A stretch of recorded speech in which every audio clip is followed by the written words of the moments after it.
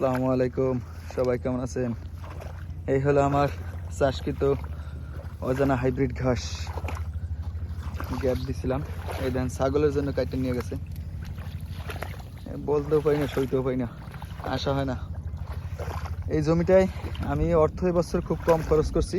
শুধু জমিটা দুইটা চাষ দিয়ে আধা কেজি পটাশ এবং 250 গ্রাম ইউরিয়া, 250 গ্রাম ব্যবসার ব্যবহার করছি। এরপরে ঘাস চাষ করছি, আর কিচ্ছু করতে পারিনি, কারণ লেবার সংকট থাকার কারণে জমির আগাছা পরিষ্কার করতে পারিনি। দেখেন পর্যাপ্ত পরিমাণ আগাছা।